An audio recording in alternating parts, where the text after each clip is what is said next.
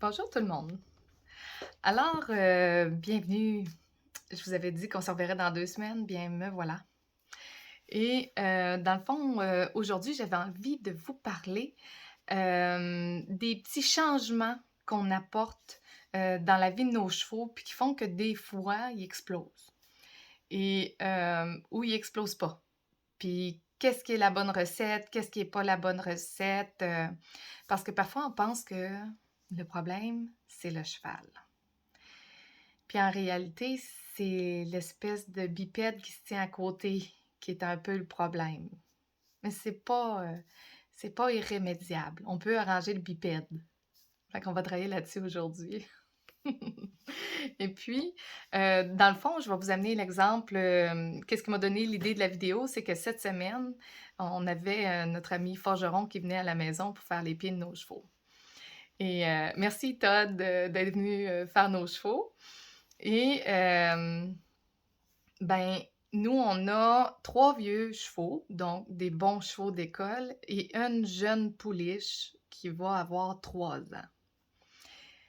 Pour les vieux chevaux, c'est pas un problème quand le forgeron vient parce qu'ils sont habitués à se faire prendre les pieds. Mais pour la pouliche, qui est un peu chatouilleuse, qui fait attention à son corps, ça me chatouille, ben elle, se donner ses pattes, c'est pas facile. Alors, ben, vous savez, ben, moi, je vais au Québec, hein, puis ces temps-ci, il fait beau, il neige, ça fond, il fait soleil, il y a de la glace, il y a de la boue.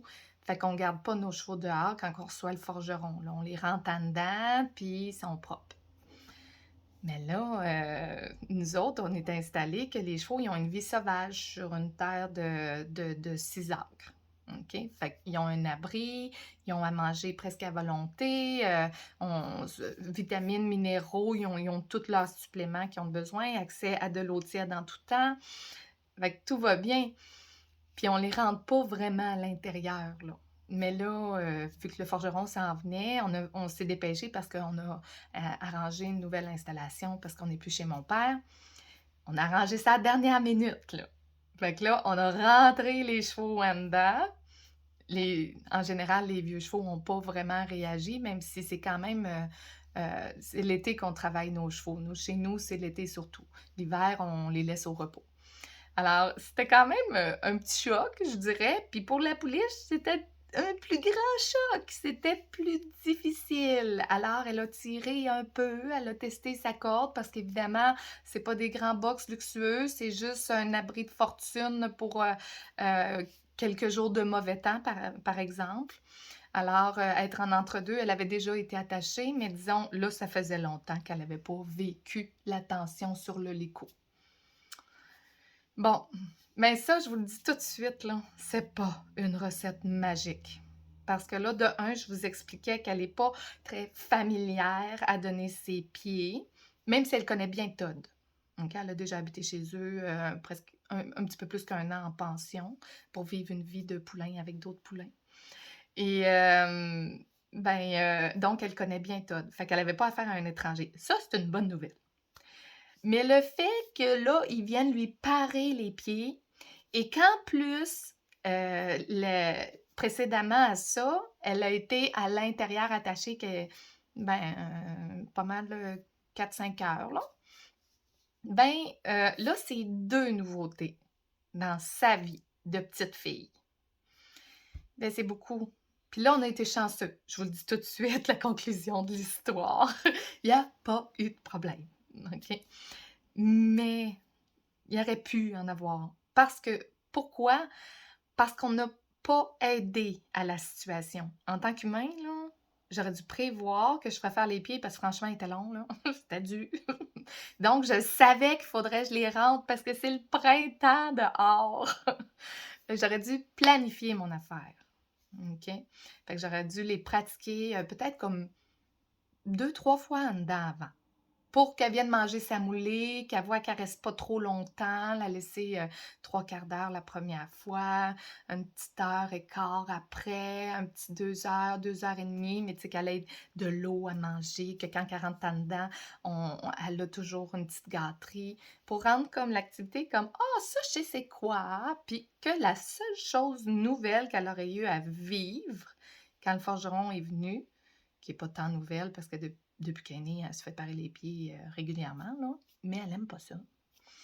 Et que la seule chose nouvelle, c'est que Todd vienne puis qu'il lui fasse les pieds. Alors, et ben, comme je vous ai dit, ça s'est bien passé, mais c'est pas s'aider ça, de la manière qu'on a préparé ça. Puis je trouvais que c'était un beau sujet à vous discuter parce que des fois, on comprend pas toujours nos chevaux. Par exemple, on s'en va en compétition. Puis là, ben, on vient pour embarquer notre cheval dans le trailer. Puis on sait qu'il aime pas le trailer. Puis là, rendu là-bas, c'est un nouveau site, un nouvel endroit. Bien, ça, c'est deux choses des fois qui font qu'on ne comprend pas pourquoi notre cheval n'est pas fin sur le terrain de l'exposition. Bien, ça fait beaucoup de choses qu'il n'est pas habitué de gérer dans un court moment. Fait que c'est ça. Fait qu'il faut se donner des chances dans la vie. Puis plus que vous incorporez un petit changement à la fois, d'habituer votre cheval à l'avance, ça l'aide. Fait que faites pas faites ce que je dis, faites pas ce que je fais. Je suis pas fine, hein? Regardez bien. Méchante Heidi. Fait que c'était mon petit mot de cette semaine. Mais oubliez pas que c'est toujours gagnant d'habituer nos chevaux doucement. Puis évidemment, d'avoir beaucoup de patience si vous n'avez pas eu la sagesse de préparer vos chevaux d'avance. Parce que si on avait été brusque avec elle, qu'on avait été très ferme, « Oh non, bouge pas! Oh non, tasse pas Todd, arrache pas ta patte! » Si on avait mis de la pression à ce moment-là, je ne sais pas ce que ça aurait donné, mais ça n'aurait pas été beau. Mais on a été patient. Fait que le petit ingrédient magique, si jamais là, vous n'avez pas fait trop d'habituation avant, patience, mes amis.